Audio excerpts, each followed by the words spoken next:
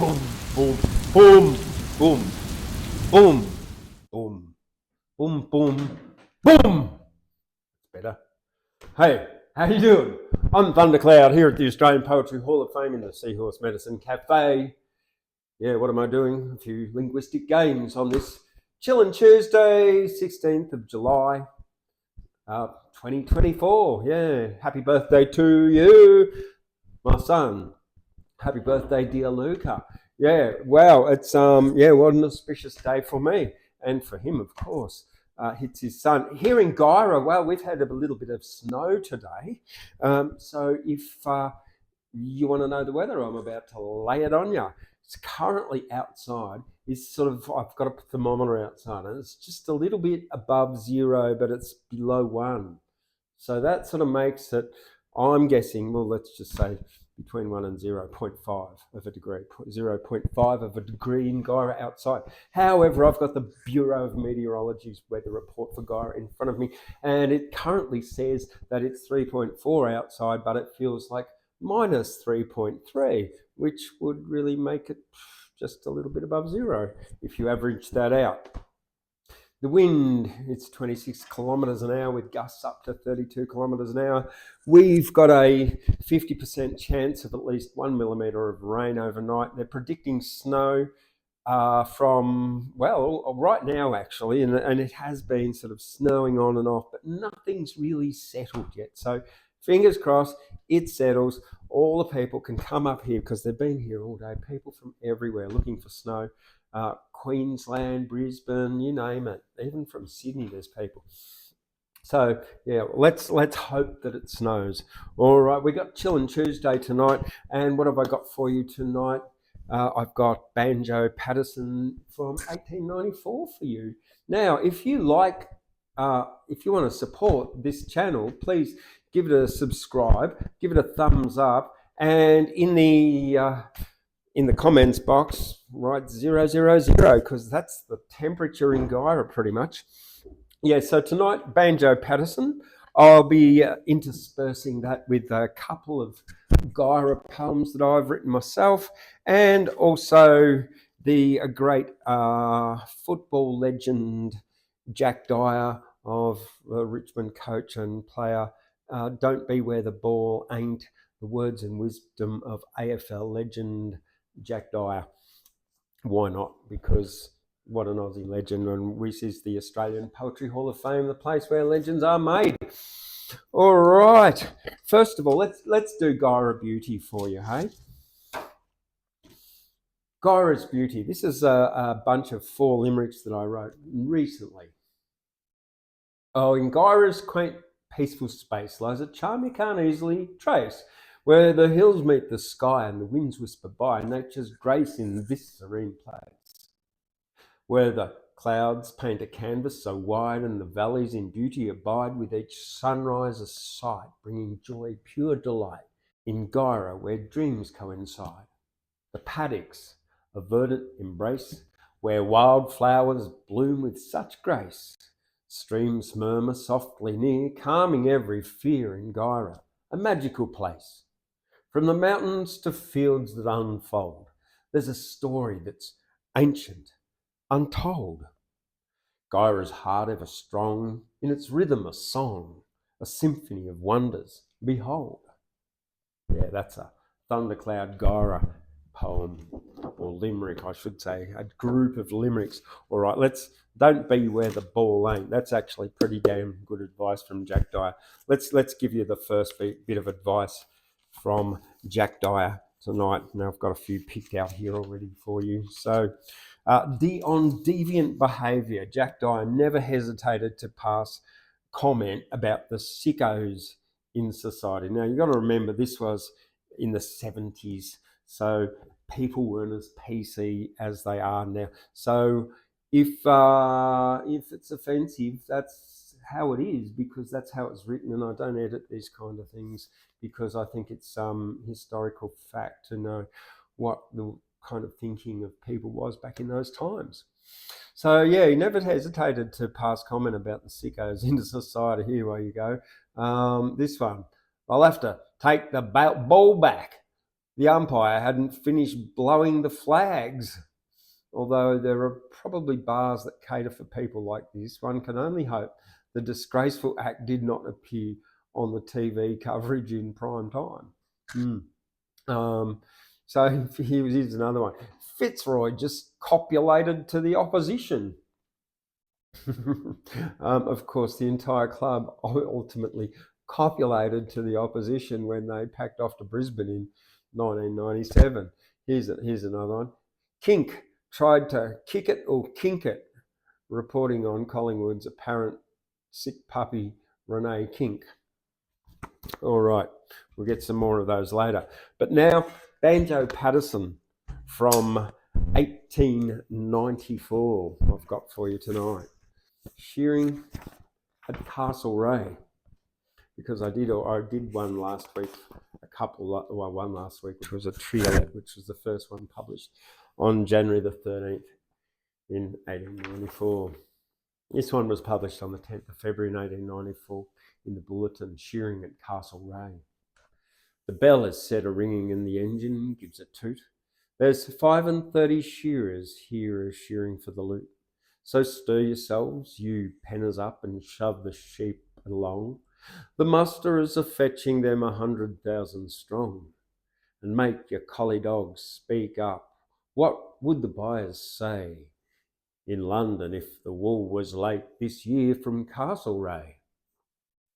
The man that rung the Tubbo shed is not the ringer here. That stripling from the Coomer's side can teach him how to shear. They trim away the ragged locks and rip the cutter goes, and leaves a track of snowy fleece from brisket to the nose. It's lovely how they peel it off with never stop nor stray. They're racing for the ringer's place this year at Castlereagh. The man that keeps the cutters sharp as growling in his cage is always in a hurry and he's always in a rage. You clumsy-fisted mutton-heads, you turn a fellow sick. You pass yourselves as shearers, you were born to swing a pig. Another broken cutter here, and that's two you've broke today. It's awful how such crawlers come to shear at Castlereagh. The youngsters picking up the fleece enjoy the merry din. They throw the classer up the fleece, he throws it to the bin. The pressers standing by the rack are waiting for the wool. There's room for just a couple more, the press is nearly full. Now jump upon the lever, lads, and heave away. Another bale of golden fleece is branded Castlereagh. The next one, the travelling post office. The roving breezes come and go, the reed beds sweep and sway. The sleepy river murmurs low and loiters on its way. It is the land of lots of time along the Castlereagh. The old man's son had left the farm. He found it dull and slow. He drifted to the great northwest where all the rovers go. He's gone so long, the old man said. He's dropped right out of mind. But if you'd write a line to him, I'd take it very kind. He's shearing here and fencing there, a kind of waif and stray. He's droven now with Conroy's sheep along the Castlereagh. The sheep are travelling for the grass and travelling very slow. They may be at Mundurin now, or past the overflow, or tramping down the black soil flats along by Waddy Wong. But all those little country towns would send the letter wrong. The mailman, if he's extra tired, would pass them in his sleep. It's safest to address the note to care of Conroy's sheep. For 25,000 head can scarcely go astray. You write, care of Conroy's sheep along the Castlereagh. By rock and ridge and riverside, the Western Mail has gone across the great Blue Mountain Range to take that letter on. A moment on the topmost grey while open fire doors glare. She pauses like a living thing to breathe the mountain air, then launches down the other side across the plains away to bear that note to Conroy's sheep along the Castlereagh. And now, by coach and mailman bag, it goes from town to town, and Conroy's Gap and Conroy's Creek have marked it further down, beneath a sky of deepest blue where never cloud abides, a speck upon the waste of plain the lonely mailman rides, where fierce hot winds have set the pine and mile boughs are sweep. He hails the shearers passing by for news of Conroy's sheep. By big lagoons where wild fowl play and crested pigeons flock. By campfires where the drovers ride around their restless stock. And past the teamster toiling down to fetch the wool away. My letter chases Conroy's sheep along the Castlereagh.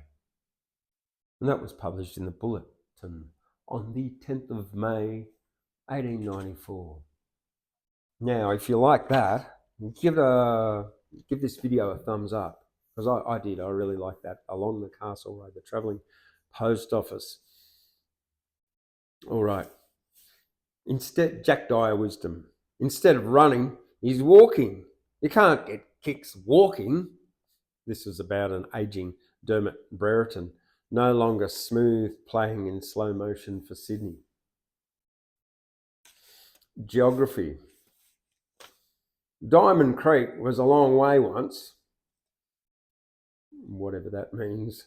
It's as dark as the black hole of Dakota, referring to American Indians for directions.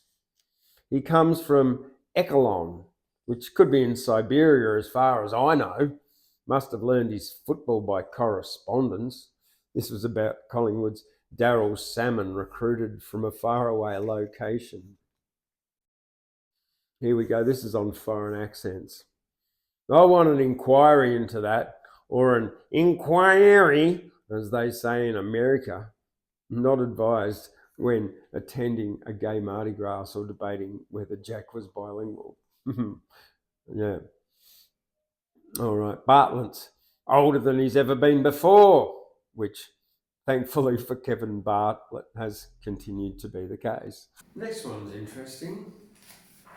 It's called Ambition and Art, and it's divided into two poems. The first one is titled Ambition, and the second half is, or the second third is entitled Art.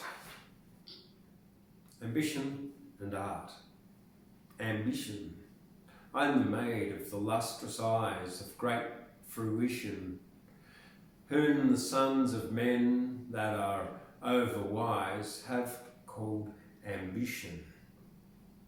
And the world's success is the only goal I have within me. The meanest man with the smallest soul may woo and win me, for the lust of power and the pride of place. To all I proffer, wilt thou take thy part in the crowded race? For what I offer? The choice is thine, the world is wide, thy path is lonely. I may not lead and I may not guide, I urge thee only. I am just a whip and a spur that smites to fierce endeavour. In the restless days and the sleepless nights, I urge thee ever. Thou shalt wake from sleep with a startled cry, in fright up leaping at a rival's step as it passes by, whilst thou art sleeping. Honour and truth shall be overthrown in fierce desire. Thou shalt use thy friend as a stepping stone to mount thee higher. When the curtain falls on the sordid strife that seemed so splendid, Thou shalt look with pain on the wasted life that thou hast ended. Thou hast sold thy life for a guerdon small in fitful flashes. There has been reward, but the end of all is dust and ashes.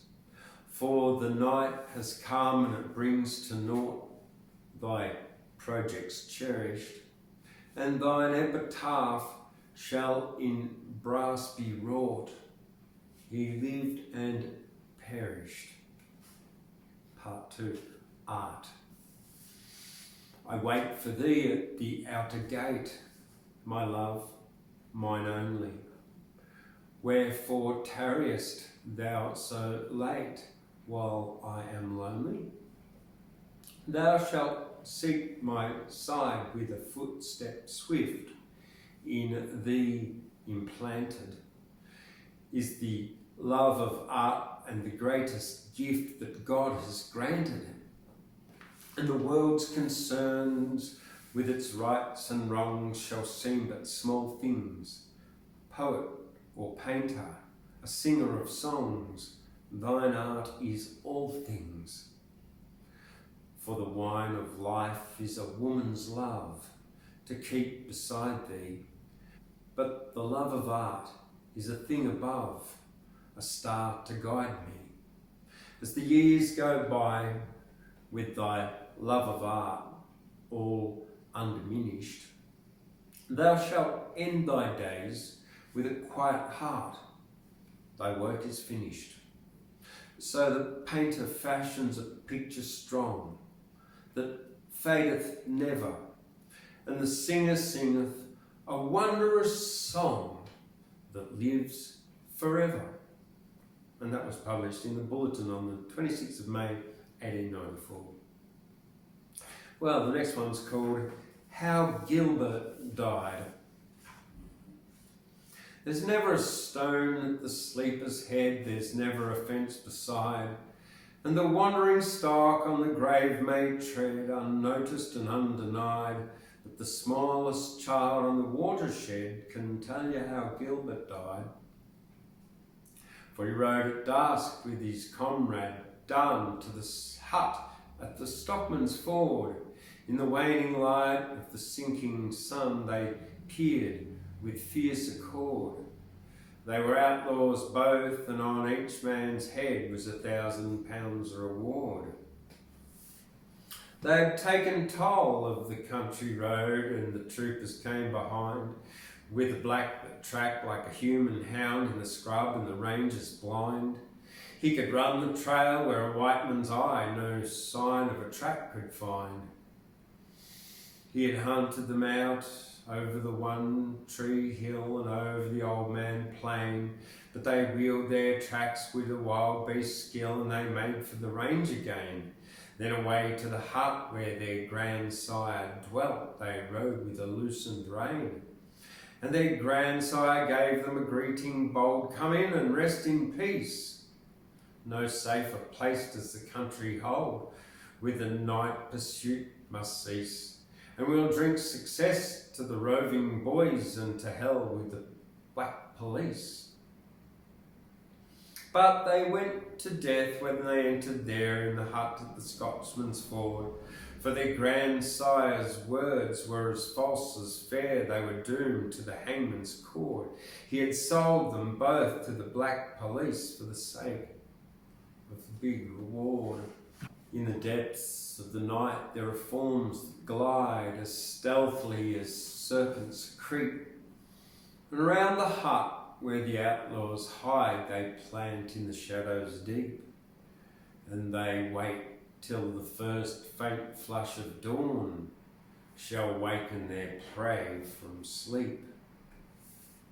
But Gilbert wakes while the night is dark, a restless sleeper, aye. He's heard the sound of a sheepdog's bark and his horse's warning neigh. And he says to his mate, "There are hawks abroad and it's time that we went away."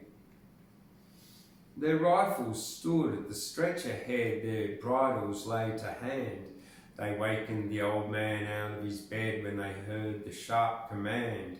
In the name of the Queen, lay down your arms. Now, Dunn and Gilbert, stand.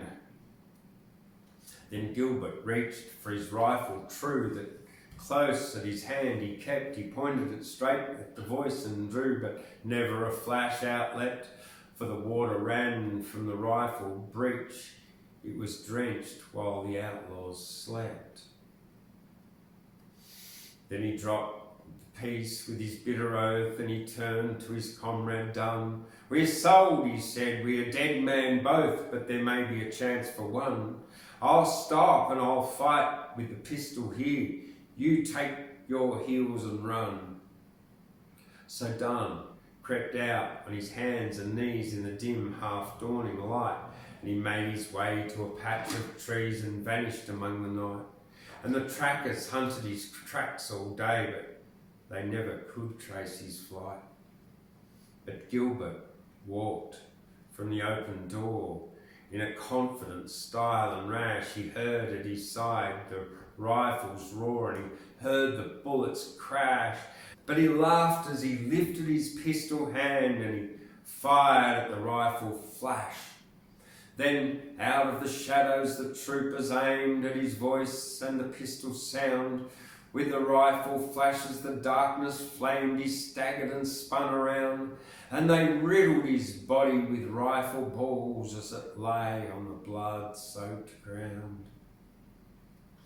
There's never a stone at a sleeper's head, there's never a fence beside, and the wandering stock on the grave may tread unnoticed and undenied. But the smallest child on the watershed can tell you how Gilbert died. That was published in the Bulletin on the 2nd of June, 1894. Now don't forget, the Australian Poetry Film Contest is now open for submissions all the way up until September. Is that right? Yes, September, October. And there are 3 categories: the Best Australian Poetry Film, the Best Australian Bush Poetry Film, and the Best Student Poetry Film. So check it out on filmfreeway.com/Australian Poetry Film Contest. Yeah. This is Tommy Corrigan, who died on the 13th of August 1894, and this was published in the Bulletin on the 18th of August 1894. You talk of riders on the flat, of nerve and dash and pace. Not 1 in 50 has the nerve to ride a steeplechase.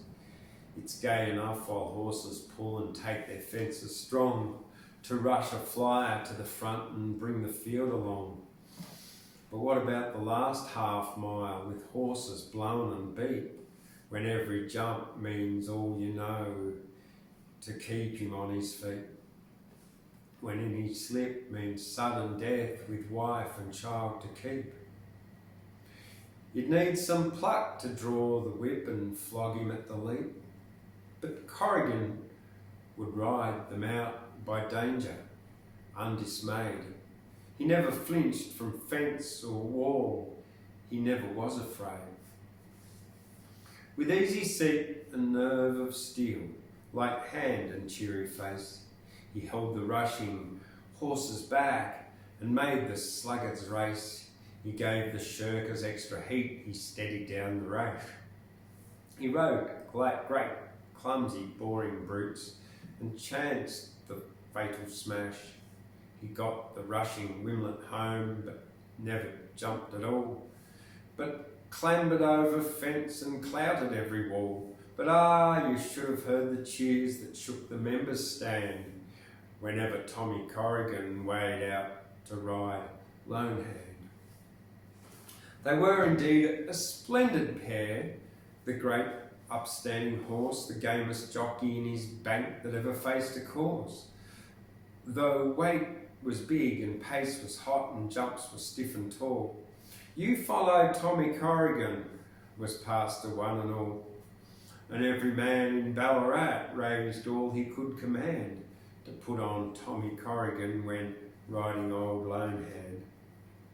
But now we'll keep his memory green while horsemen come and go. We may not see his like again, where silks and satins glow. We'll drink to him in silence, boys. He's followed down the track, where many a good man went before, but never one came back. And let us hope in that far land where shades of brave men reign, that gallant Tommy Corrigan will ride lone hand again. All right, another couple from Jack Dyer here. We've got some marked up here. All right, here we go. This was adjusting his girdle, and this is in football self-reflection. Every time I open my mouth, my foot seems to land in it. Okay. Jack did write many record books, about the mouth in his Foot in Mouth Award. Here's another one about adjusting his girdle. In retrospect, I reckon I was a bit of a girl when I played. The power of motivation, or motification as he called it. As a coach and mentor, Captain Blood became as astutely aware of the driving force that players need to achieve team goals. Motification, that's what counts these days. Complaining about the motivational deficits of young player. Motification works better when players are big, expanding Jack's admiration of the value of height and his appreciation that the hardest thing to teach is size. You've got it in you. No, you've got to have it in you. If you haven't got that desire to win, you might as well go and play bowls or tennis. Applying Jack's principle that bowls and tennis are not sports relying on attaining results. You can't put want into bodies that didn't have it before, indicating the impossibility of achieving a want transplant. From Jack Dyer, AFL legend. This is A Voice from the Town, a sequel to A Voice from the Bush by Banjo Paterson.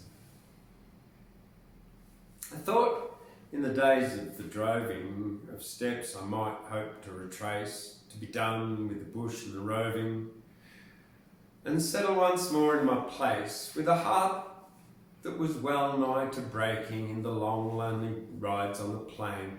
I thought of the pleasure of taking the hand of a lady again. I am back into civilization, once more in the stir and the strife, but the old joys have lost their sensation, the light has gone out of my life.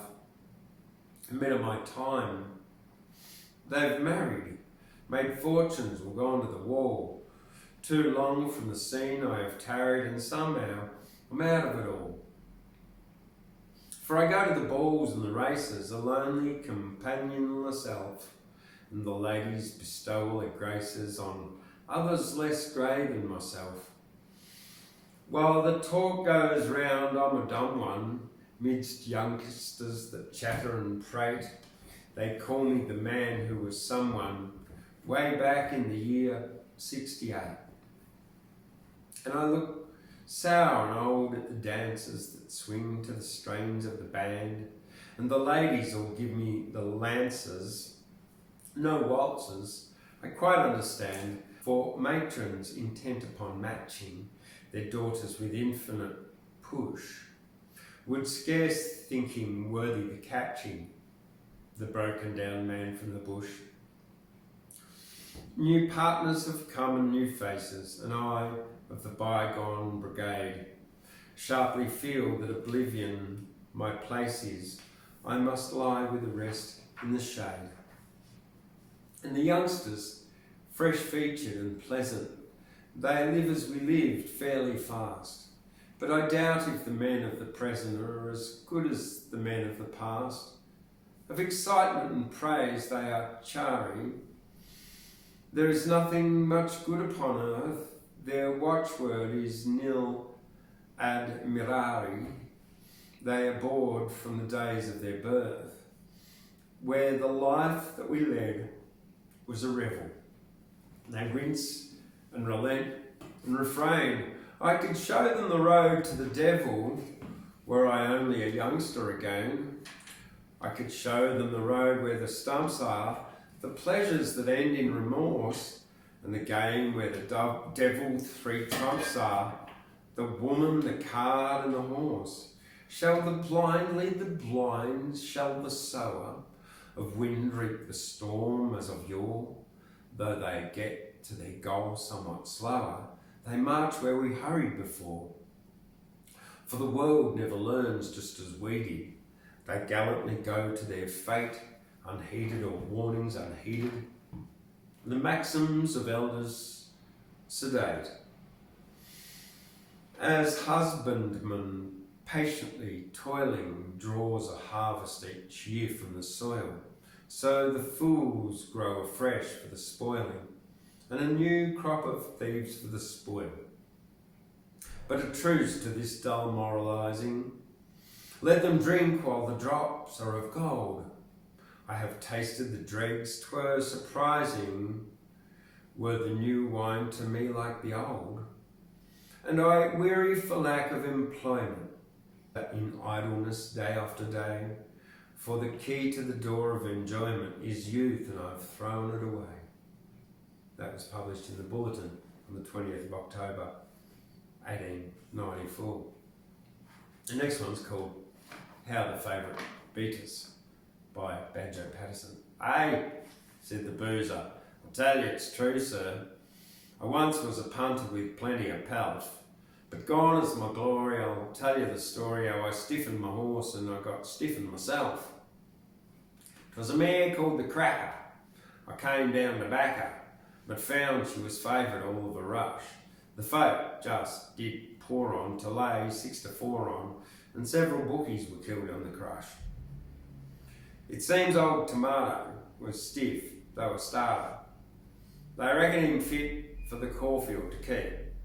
The bloke and the Donna were scratched by their owner.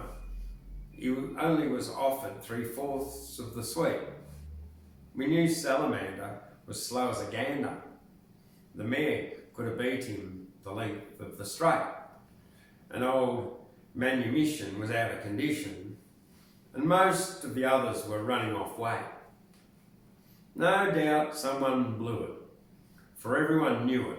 The bets were all gone, and I muttered in spite, if I can't get a copper, by jingo, I'll stop her. Let the public fall in, it'll serve the brutes right. I said to the jockey, now listen, my cocky, you watch as you're cantering down by the stand. I'll wait where the toff is and give you the office. You're only to win if I lift up me hand. Then I tried to back her. What price is the Cracker? Our books are all full, sir, each bookie did swear. My mind, then I made up, my fortune I played up. I bet every shilling against my own mare. I strolled to the gateway. The mare in the straightway was shifting and dancing and pawing the ground. My boy saw me enter and wheeled for his canter, when a darn great mosquito came buzzing around. They breed 'em at Hexham, it's risky to vex 'em. They suck a man dry at a sitting, no doubt. But just as the mare passed, he fluttered my hair past. I lifted my hand and I flattened him out. I was stunned when they started. The mare simply darted away to the front when the flag was let fall, for none there could match her. None tried to catch her. She finished a furlong in front of them all. You bet that I went for the boy whom I sent for the moment he waited and came out of the stand. Who paid you to win it? Come on, own up this minute. Lord love her, he said, why you lifted your hand. 'Twas true, by St. Peter, that cursed musketeer had broke me so broke that I hadn't a brown. And you'll find the best course is when dealing with horses, to win when you're able and keep your hands down. Rose Hill book, race book, that was published on the 9th of November 1894, so called How the Favourite beat us. Yeah. The Man Who Was Away by Banjo Paterson. The widow sought the lawyer's room with children, 3 in tow. She told the lawyer man her tale in tones of deepest woe. She said, "My husband took to drink for pains in his inside, and never drew a sober breath from then until he died. He never drew a sober breath, he died without a will, and I must sell the bit of land that children's mouth to fill. There's some is grown and gone away, but some is childer yet, and times is very bad indeed, a living's hard to get. There's Min and Sis and little Chris, they stops at home with me, and Salah's married green-hide Bill that breaks for Bingaree, and Fred has driven Conroy's sheep along the Castlereagh, and Charlie's shearing down the Bland, and Peter is away." The lawyer wrote the details down in ink of legal blue. There's Minnie, Susan, Christopher, they stop at home with you. There's Sarah, Frederick and Charles.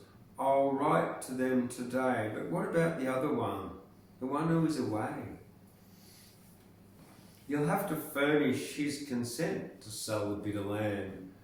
The widow shuffled in her seat. "Oh, you don't understand. I thought a lawyer ought to know. I don't know what to say. You'll have to do without him, boss. Peter is away." But here the little boy spoke up, said he, "We thought you knew. He's done 6 months in Goulburn jail. He's got 6 more to do." Thus, in one comprehensive flash, he made it clear as day, the mystery of Peter's life. The man who was away. Fair enough. Peter is away. Put away. All right, let's read you another Dyer poem here. This is Dyer of Strength. This was written by myself in July, 15th of July, 2020. So that was like yesterday, the 15th of July, 4 years and 1 day ago. Yeah, how about that? Dyer of Strength. The sun shines and the winds blow. It's dry, wet, there's sleet and snow. If you live in Dyer, you'll get cold, become tough and strong and live real long. Living in Dyer has wind and sun. People here walk fast and run. Frosty, brisk and wide blue skies. Red sunset and misty sunrise. Ice on Mother of Duck's lagoon. Spring rain, spring more ducks soon. Sunset and the fresh day ends. Sitting around fires, yarning with friends. Okay, what have we got coming up here at the Poetry Hall of Fame? Yes, tomorrow night and every Wednesday for the next 4 weeks, I am running a poetry slam workshops. It's $15 a night. They start at 6 o'clock every Wednesday night, the 17th of July, the 24th, the 31st and the 7th of August. And you'll learn how to perform poetry, you'll learn how to write poetry, slam poetry, you'll learn what is slam poetry, and be ready for the Australian Poetry Slam Heat, which is here on the 15th of August in 2024. So if you are a poet out there somewhere in regional northern New South Wales, and you want to get the chance to go to the Australian Poetry Slam final in Sydney at the Opera House, well, you get the chance to do it here and get into the final from Dyer, at the heat here, so you don't have to travel all the way to the coast to Coffs Harbour or Sydney and then compete in one of them. So you can compete in the heat of the Australian Poetry Slam here on the 15th of August. How exciting is that? And then also over the next 4 weeks, we've got Poetry Slam workshops here every Wednesday night, 6 o'clock. They're only $15. So come along and find out what is slam poetry. All right, the next one I've got for you is called The Amateur Rider. him going to ride for us, him with the pants and the eyeglass and all, amateur, don't you just look at it, it's 20 to 1 on a fall. Boss must be gone off his head to be sending a steeplechase crack out over fences like these with an object like that on his back. Ride? Don't tell me he can ride with his pants just as loose as balloons. How can he sit on his horse and his spurs like a pair of harpoons? Ought to be under the dog act, he ought, and be kept off the course. Fall? Why, he'd fall off a cart, let alone off a steeplechase horse. Yes, sir, the horse is ready. I wish you'd have rode him before. Nothing like knowing your horse, sir. And this chap's a terror to bore. Battle axe always can pull, and he rushes his fences like fun. Stands off his jump 20 feet and then springs like a shot from a gun. Oh, he can jump 'em all right, sir. You make no mistake, he's a toff. Clouts 'em in earnest too. Sometimes you don't mind that he'll clout you off. Don't seem to mind how he hits 'em. His shins is as hard as a nail. Sometime you'll see the fence shake and the splinters fly up from the rail. All you can do is to hold him and just let him jump as he likes. Don't give him his head at the fences and hang on like death if he strikes. Don't let him run himself out. You can lie third or fourth in the race until you clear the stone wall, and from that you can put on the pace. Fell at once, that wall did, he did, and it gave him a regular spread. Ever since that time he flies it. He'll stop if you pull at his head. Just let him race, you can trust him, and he'll take first class, care he don't fall. And I think that's the lot, but remember, he must have his head at the wall. Well, he's down safe as far as the start, and he seems to sit on pretty neat. Only his baggified breeches would ruinate anyone's seat. There away, here they come, the first fence, and his head over heels for a crown. Good for the new chummies over, and 2 of the others are down. Now for the treble, my hearty, by Jove, he can ride after all. Whoop, that's your sort, let him fly him, he hasn't much fear of all. Who in the world would have thought it, and they aren't just going apace. Little recruit in the lead, there, we'll make it a stoutly run race. Lord, but they're racing in earnest, and down he goes, recruit on his head, rolling clean over his body. It's a miracle if he ain't dead. Battle axe, yet by the Lord he's got most of 'em beat. Oh, did you see how he struck, and the swell never moved in his seat? Second time round, and by jingo he's holding the lead of 'em well. Hark to his clouding and timber, it don't seem the trouble to swell. Now for the wall, let him rush it. A 30-foot leap, I declare, never a shift in his seat, and he's racing like home, and he's racing for home like a hare. What's that chasing beside him? Rat-a-plan, regular demon to stay. Sit down and ride for your life now, oh good, that's the style. Come away, Rat-a-plan, certain to beat you. You, unless you can give him the slip, sit down and rub in the whalebone now, give him the spurs and the whip.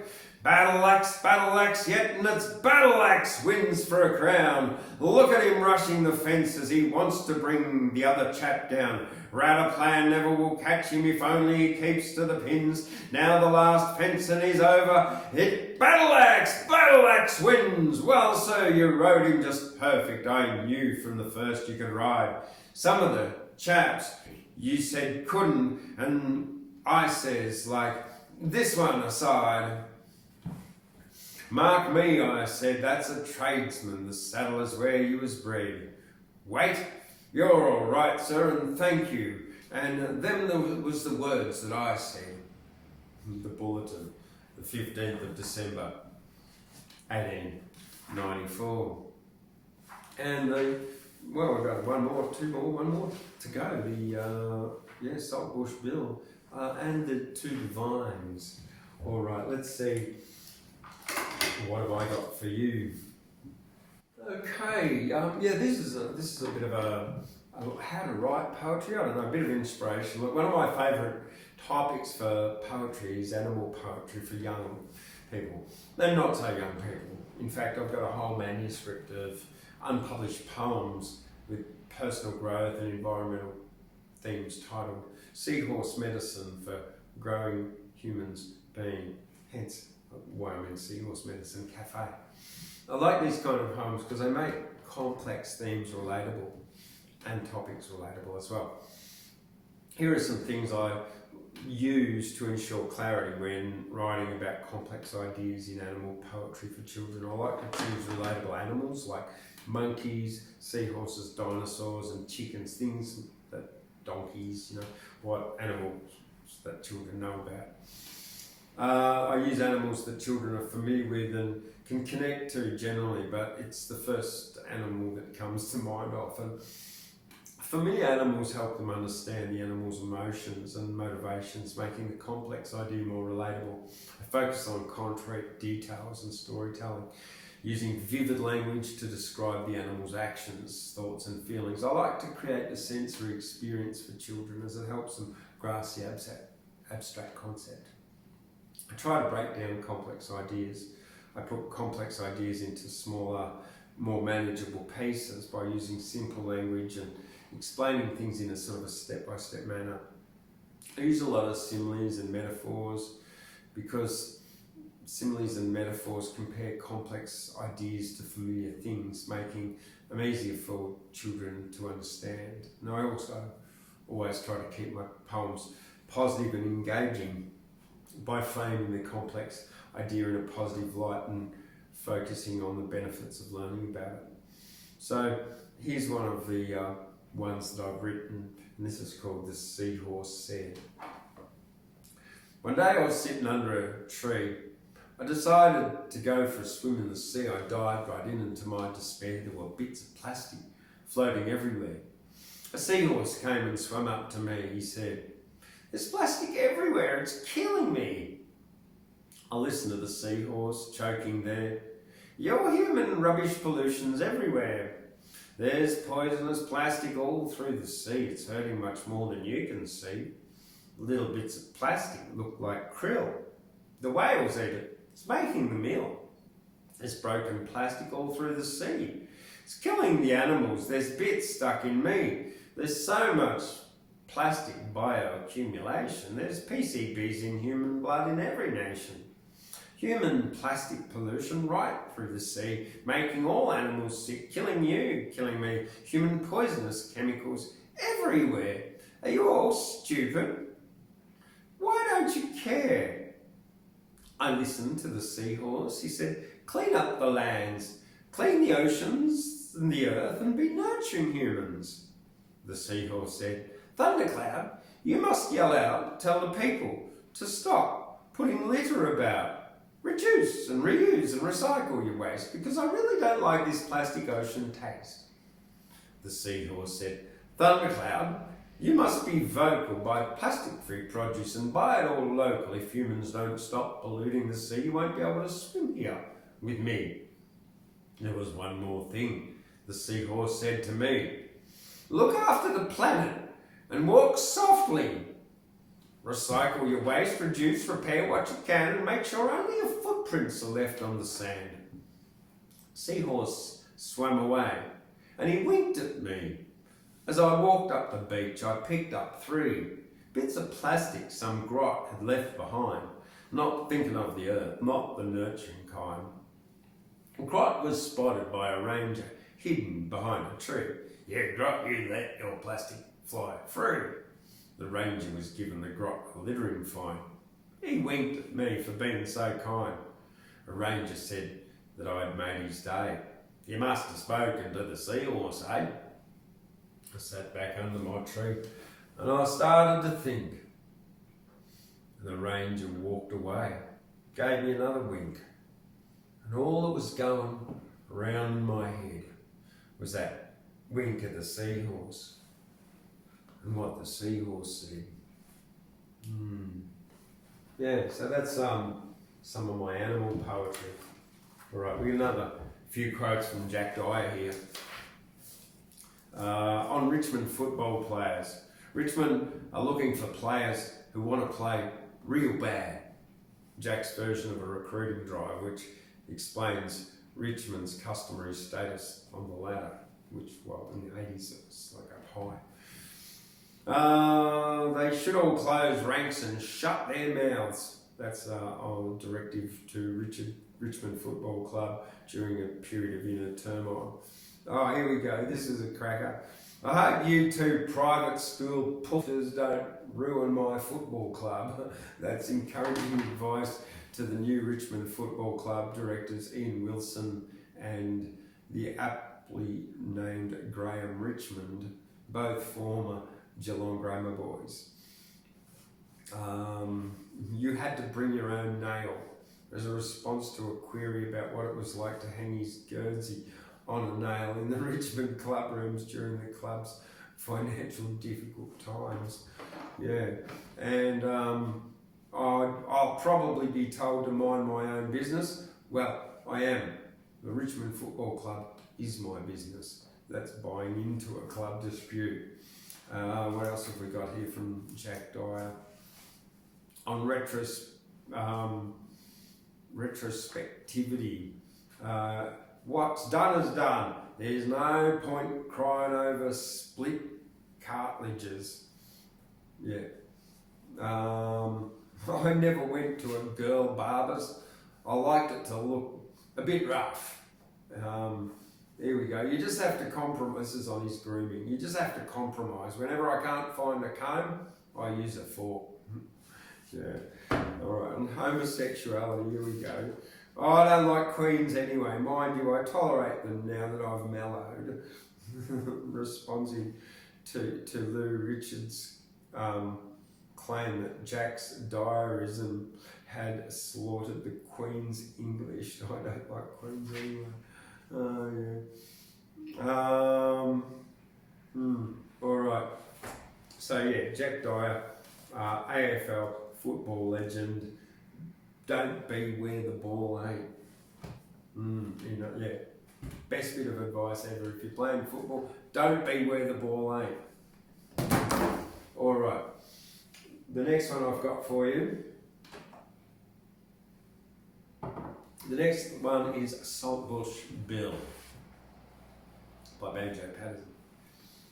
Now this is the law of the overland that all in the west obey. A man must cover with travelling sheep a 6-mile stage a day. But this is the law which the drovers make, right easily understood. They travel their stage where the grass is bad, but they camp where the grass is good.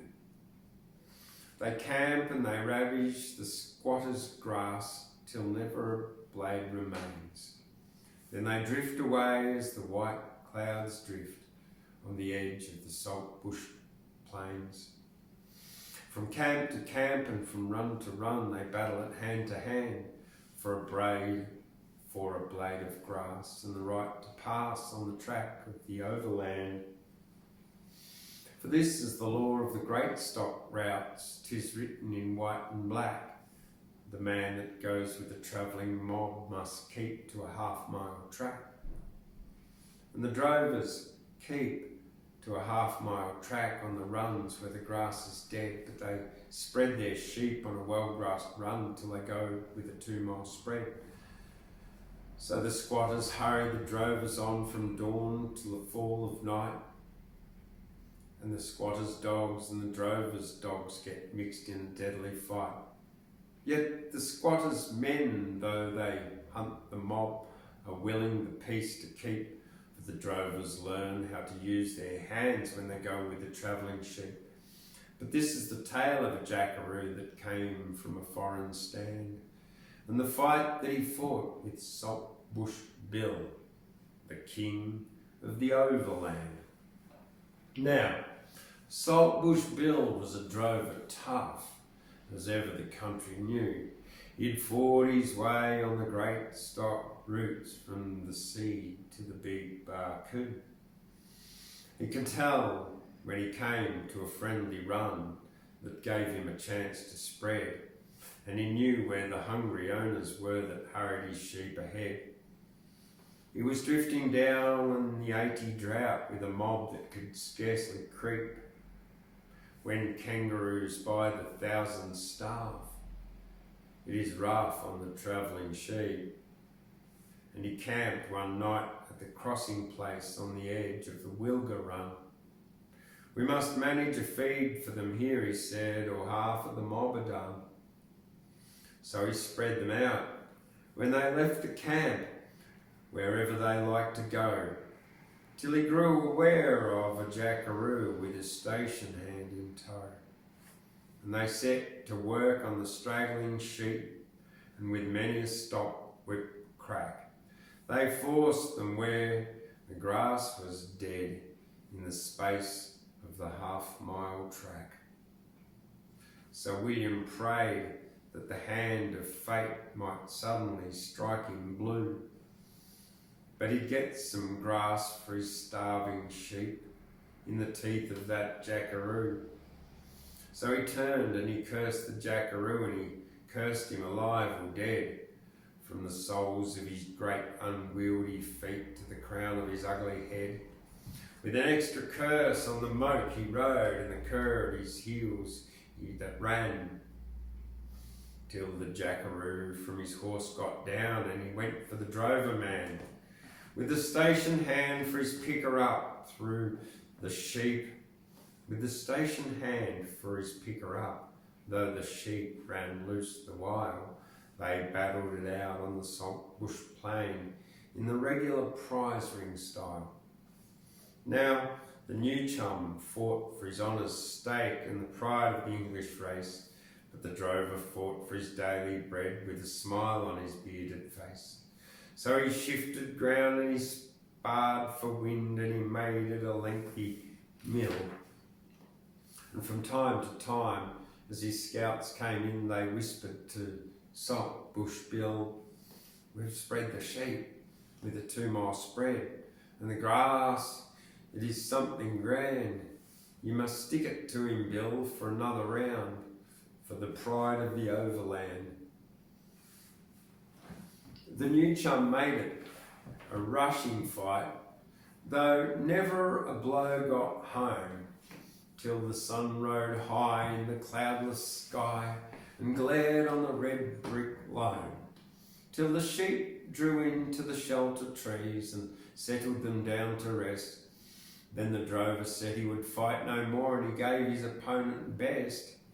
So the new chum rode to the homestead straight, and he told them a story grand of the desperate fight that he fought that day with the king of the overland. And the tale went home to the public schools of the pluck of the English swell, how the drover fought for his very life, but blood in the end must tell.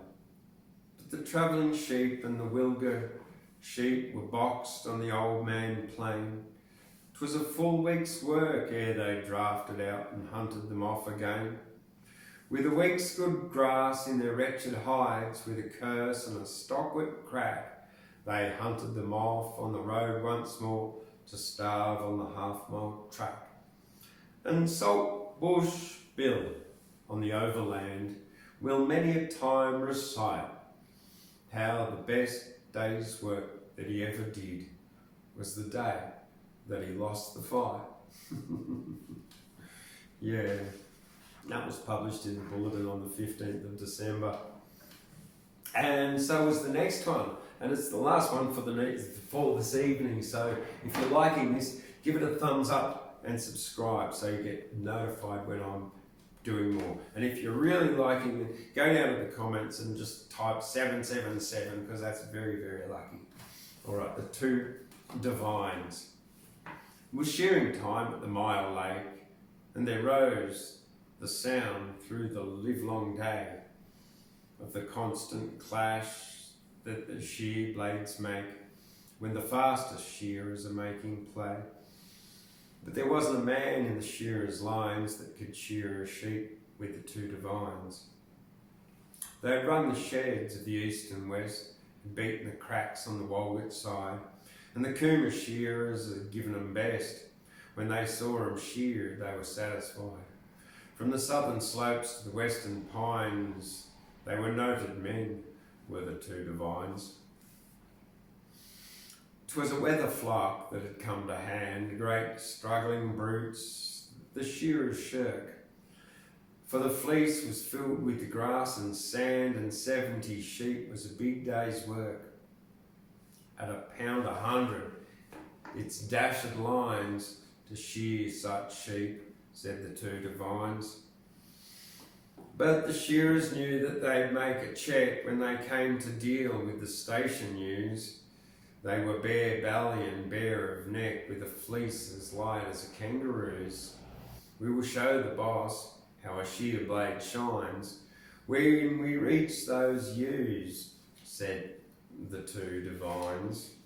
But it chanced next day, when the stunted pines were swayed and stirred with the dawn wind's breath, that a message came for the Two Devines that their father lay at the point of death. So away at speed through the whispering pines down the bridle track rode the Two Devines. It was 50 miles to their father's hut. The dawn was bright when they rode away at the fall of night, when the shed was shut, and the men had rest from the toilsome day. To the shed once more, through the darkening pines, on their weary steeds came the Two Devines. Well, you're right back sudden, the super said. Is the old man dead and the funeral done? Well, no, sir. He ain't exactly dead, but he's as good as dead, said the eldest son. And we couldn't bear such a chance to lose, so we came back straight to tackle the ewes. They're shearing ewes at the Mile Lake, and the shedders merry the livelong day, with the clashing sound that the shear blades make when the fastest shearers are making play, and a couple of 199s are the tallies made by the Two Devines. And that was published on the 15th of December 1894. All right, well, that's it for this week of Chillin Tuesday on the 16th of July. I'm Thundercloud. I will catch you tomorrow night. And now, if you don't forget, if you are in Guyra or around the area, tomorrow night, 6 o'clock, we've got a poetry slam writing and performance workshop here. It's only $15. Well, that's it for me. I will see you very, very soon on the flip side somewhere else. Good afternoon, good evening, good morning, good night, whatever it is, wherever you are. And I will see you later. Boom!